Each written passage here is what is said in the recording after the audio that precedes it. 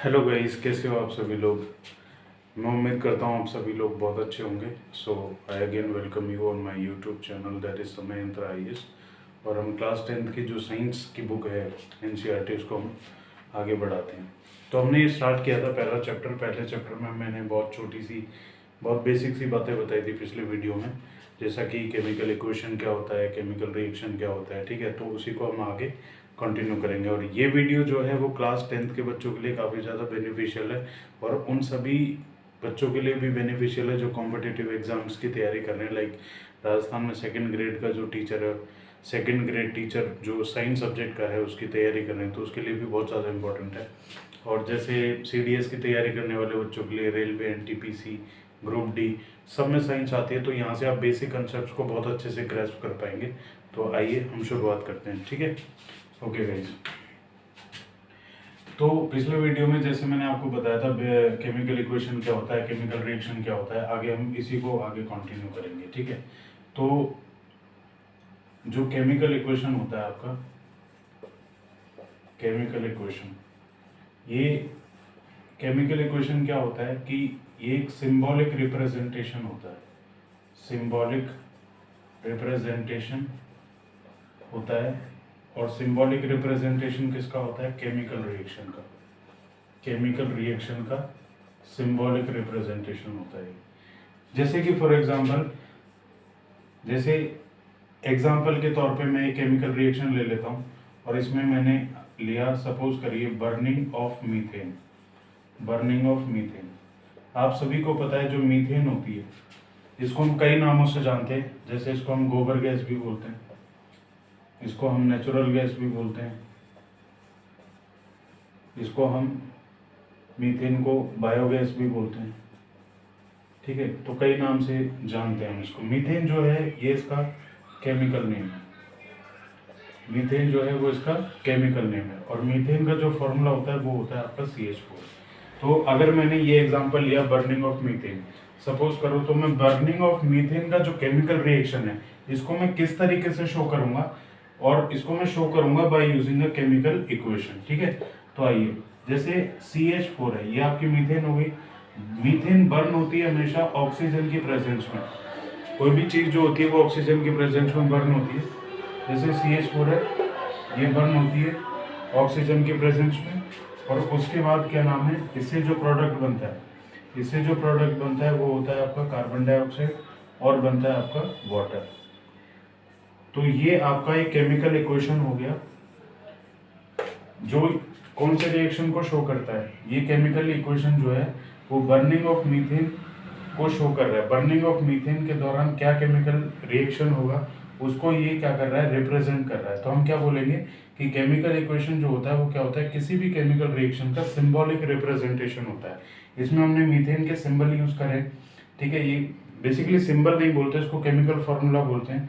CH4 हो गया, oxygen का जो फॉर्मूला होता है वो O2 होता है, कार्बन डाइऑक्साइड का CO2 होता है, ये होता है आपका वाटर। ठीक है, तो मैं इनको नीचे लिख देता हूँ। ये जो होता है ये आपका मीथेन होता है। मीथेन जब बर्न हुई in the presence of oxygen, ये ऑक्सीजन हो गया आपका, और ये आपका हो गया कार्बन डाइऑक्साइड, कार्बन डाइऑक्साइड, और ये आपका हो गया वाटर। ठीक है, तो ये एक केमिकल रिएक्शन है। इस केमिकल रिएक्शन को जो सिंबॉलिकली हम रिप्रेजेंट कर रहे हैं, और वो तो symbolical representation of a particular chemical equation, reaction, उसको हम बोलते हैं केमिकल इक्वेशन। ठीक है, तो ये होता है हमारा केमिकल इक्वेशन। ठीक है, अब आप ध्यान दो, केमिकल इक्वेशन जो होता है बेसिकली आपके दो टाइप का होता है। केमिकल इक्वेशन जो होता है बेसिकली आपके दो टाइप का होता है। मैं आपको यहाँ पे बता देता हूँ, दो टाइप के केमिकल इक्वेशन होते हैं। एक होता है आपका skeletal chemical equation, skeletal chemical equation, equation. ठीक है, और दूसरा आपका होता है balanced chemical equation, balanced chemical equation.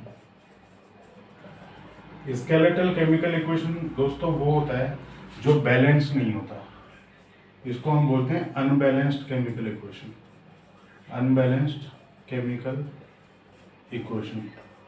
और जो आपका बैलेंस्ड केमिकल इक्वेशन होता है ये आपका बैलेंस्ड होता है। बैलेंस्ड केमिकल इक्वेशन, इसको बैलेंस्ड ही बोलते हैं। मतलब अभी मैं बताऊंगा आपको बैलेंसिंग का मतलब क्या होता है, ठीक है। तो केमिकल इक्वेशन बेसिकली दो टाइप के होते हैं। स्केलेटल केमिकल इक्वेशन वो होते हैं जो बैलेंस्ड नहीं होते, और बैलेंस्ड केमिकल इक्वेशन वो होते हैं जो बैलेंस्ड होते हैं, ठीक है। तो अभी मैं आपको एक एग्जांपल लेके बताता हूँ, ठीक है।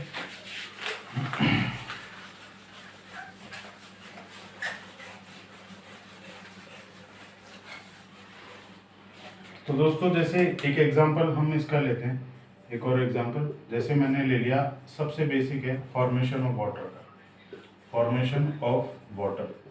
अब फॉर्मेशन ऑफ वाटर जो होता है ये किस तरीके से होगा। वाटर जो होता है इसका फॉर्मूला आप सभी को पता है, H2O होता है, ठीक है। और वाटर का जो फॉर्मेशन होता है वो जब दो गैस मिलती है, हाइड्रोजन ऑक्सीजन, ये दोनों गैस जब आपस में कंबाइन होती है तो इससे आपका बनता है H2O, ठीक है। ये आपकी होती है हाइड्रोजन,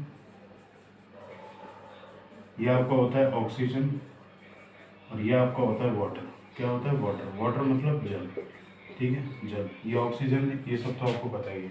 अब जैसा कि मैं आप सबको बता रहा था कि केमिकल इक्वेशन जो होती है वो दो तरीके की होती है, एक स्केलेटल और दूसरी बैलेंस्ड। तो दोस्तों आप ध्यान से देखिए, ये वाली जो केमिकल इक्वेशन है ये बैलेंस्ड नहीं है। बैलेंस्ड होने का मतलब क्या होता है कि जितने एटम इसके, जितने नंबर ऑफ एटम इसके एरो के इस तरफ है, यानी लेफ्ट हैंड साइड है, यानी रिएक्टेंट साइड जितने नंबर ऑफ एटम्स है किसी पर्टिकुलर एलिमेंट या कंपाउंड के, उतने ही एटम उसके प्रोडक्ट साइड भी होने चाहिए।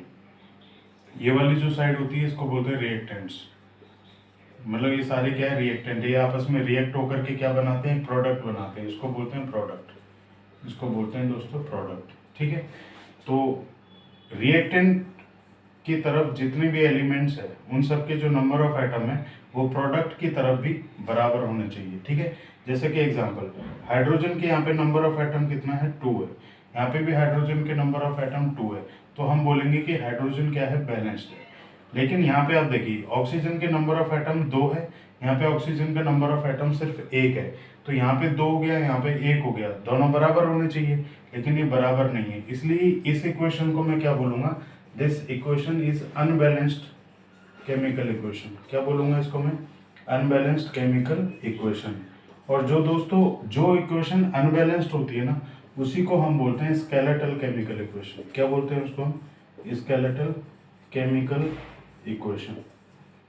तो ये जो पहला टाइप था केमिकल इक्वेशन का, ये वही है कि जो इक्वेशन बैलेंस नहीं होती उसको हम बोलते हैं स्केलेटल केमिकल इक्वेशन, ठीक है।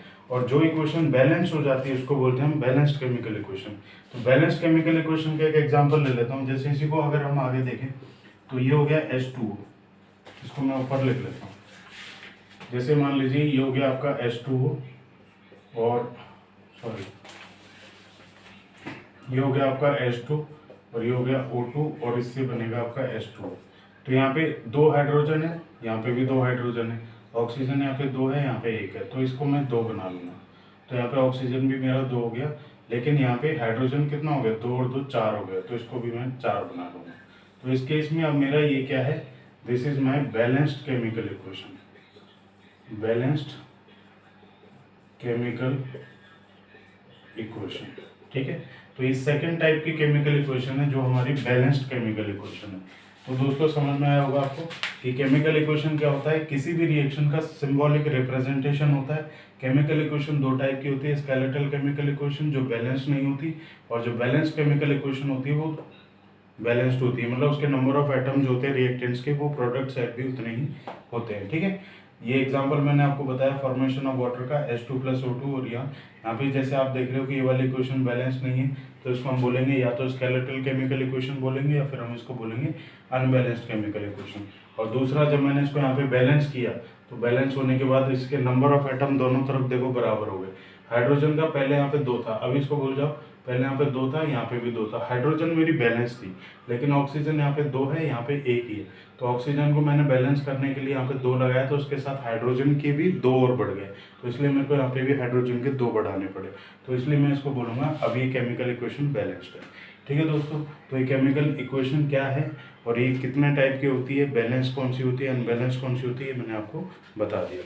अभी जो नेक्स्ट टॉपिक हमारा होगा वो होगा कि हम केमिकल इक्वेशन को बैलेंस क्यों करते हैं। Why do we need to balance a chemical equation, क्या जरूरत है हमें केमिकल इक्वेशन को बैलेंस करने की।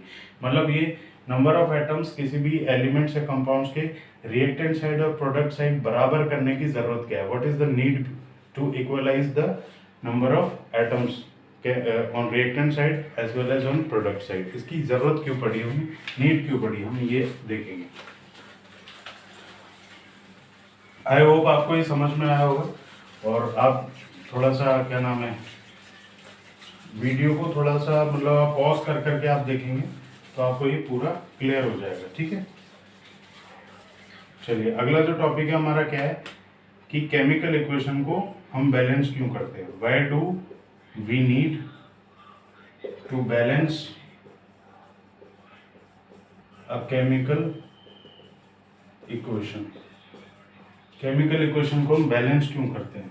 ठीक है, ये हमारा नेक्स्ट टॉपिक है। ठीक है, तो फिर से एक एग्जांपल ले लेते हैं, सबसे सिंपल एग्जांपल वही ले लेते हैं, फॉर्मेशन ऑफ वाटर का। ठीक है, तो दोस्तों आप देखिए हाइड्रोजन प्लस ऑक्सीजन, इससे बना वाटर। ठीक है, हाइड्रोजन के 2 एटम है, हाइड्रोजन के 2 एटम है, हाइड्रोजन मेरा बैलेंस है। ऑक्सीजन के 2 एटम है, यहाँ पे ऑक्सीजन का 1 एटम है, ऑक्सीजन मेरा बैलेंस नहीं है, तो मेरे को यहाँ पे इसको बैलेंस करने के लिए 2 लगाना पड़ेगा। तो इसके साथ मेरा हाइड्रोजन 4 हो गया, लेकिन यहाँ पे हाइड्रोजन कितना है 2, तो यहाँ पे भी मुझे 2 लगाना पड़ेगा। अब हाइड्रोजन 4 यहाँ पे हो गया, 4 यहाँ पे हो गया, ऑक्सीजन 2 यहाँ पर है, 2 यहाँ पर भी हो गया। ठीक है, तो ये तो मैंने इक्वेशन को बैलेंस कर दिया, लेकिन हमारा जो टॉपिक है वो क्या है कि हमें बैलेंस करने की जरूरत क्या है, क्या होगा अगर हम बैलेंस नहीं करेंगे। तो एक बार देख लेते हैं कि बैलेंस नहीं करेंगे तो क्या होगा। ठीक है, तो ध्यान दीजिए। तो दोस्तों क्या होता है कि H2 प्लस O2 और ये हो गया मेरा H2। ठीक है, तो इसका जो आंसर है ना, इसका आंसर ये होता है to satisfy the law of conservation of mass. Law of conservation of mass को सेटिस्फाई करने के लिए हम क्या करते हैं, केमिकल इक्वेशन को बैलेंस करते हैं। तो ये लॉ ऑफ कंजर्वेशन ऑफ मास क्या होता है। लॉ ऑफ कंजर्वेशन ऑफ मास कहता है कि इस तरफ जितने भी रिएक्टेंट है सबका जो एटॉमिक मास है, सबका जो एटॉमिक मास है कंबाइंड, ये बराबर होना चाहिए इन सबके एटॉमिक मास के, ये कहता है। ठीक है, मतलब during a chemical equation reaction the total atomic mass of the reactant should be equal to the total atomic mass of the product. यानी इससे ये पता चलता है कि केमिकल रिएक्शन के दौरान जो टोटल एटॉमिक मास होता है वो कभी भी चेंज नहीं होता। मास can neither be created nor be destroyed, ना तो कोई एक्स्ट्रा मास क्रिएट होगा ना कोई एक्स्ट्रा मास खत्म होगा, गायब होगा। ठीक है, तो दोनों के जो मास है ना, दोनों तरफ एटॉमिक मास वो बराबर होना चाहिए। अगर एटॉमिक मास दोनों तरफ बराबर यानी रिएक्शन से पहले और रिएक्शन के बाद अगर एटॉमिक मास बराबर होगा तभी हमारा ये लॉ ऑफ कंजर्वेशन ऑफ मास क्या होगा, सेटिस्फाई होगा। ठीक है, तो ये अभी हम देखते हैं कि अनबैलेंस्ड केमिकल इक्वेशन में क्या ये सेटिस्फाई हो पाता है या नहीं हो पाता। ठीक है, तो एक बार हम आके चेक करते हैं। तो ध्यान दीजिए, तो ये आपका H2 हो गया, ये आपका O2 हो गया और इनके रिएक्शन से बना आपका वाटर। ठीक है, तो हाइड्रोजन आप सबको पता है, हाइड्रोजन जो होता है इसका एटॉमिक मास 1 होता है। तो हाइड्रोजन कितना है 2 है, तो 2 × 1 प्लस ऑक्सीजन का 16 होता है, 2 × 16 और फिर से 2 × 1। अब यहाँ पे ये प्लस में आएगा तो एक ही है तो 16 आ गया, तो 2 + 16 2 × 32 और ये 2 × 1 = 2 + 16, ये टोटल आपका हो गया 18।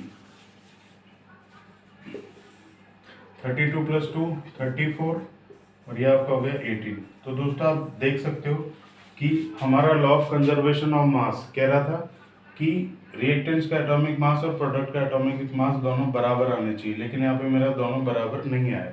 इधर मेरा रिएक्टेंट का मास 34 आया है, प्रोडक्ट का मास 18 आया है, तो हमारा law of conservation of mass satisfy नहीं हुआ। So law of conservation of mass is not satisfied. तो हम क्या करेंगे इसका रीज़न ढूंढेंगे कि ऐसा क्यों हुआ। इसका रीज़न यही है कि ये इक्वेशन क्या है, बैलेंस नहीं है। अगर ये इक्वेशन बैलेंस होती तो हमारा दोनों तरफ जो एटॉमिक मास है वो क्या होता, बराबर आता। तो अब हम देखते हैं कि अगर इक्वेशन बैलेंस होती है तो क्या होता है। ठीक है,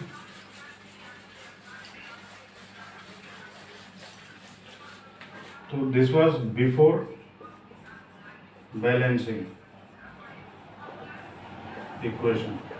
अब यहाँ पे हम देखेंगे आफ्टर बैलेंसिंग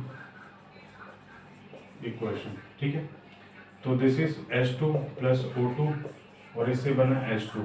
अब हम बैलेंस कर देंगे, ये 2 लग जाएगा, इधर ये 2 लग जाएगा, तो 2 इंटू 1 प्लस 16 इंटू 2 और इससे 2 इंटू 1 प्लस 16। ठीक है दोस्तों, तो ये हो जाएगा हमारा 4, ये हो जाएगा 16 टू जा 32 और ये हो जाएगा 2 और इसके अंदर हो जाएगा 18। ठीक है, तो अब हम क्या करेंगे, 32 प्लस 4 कितना हो जाएगा, 32 प्लस 4 हो जाएगा 36 और 18 टू जा भी क्या हो जाएगा 36। अभी दोनों तरफ हमारा एटॉमिक मास रिएक्टेंट की तरफ और प्रोडक्ट की तरफ दोनों का एटॉमिक मास हमारा सेम आ गया। तो इससे हम क्या बोल सकते हैं, hence the law of conservation of mass is satisfied because mass can neither be created nor be destroyed.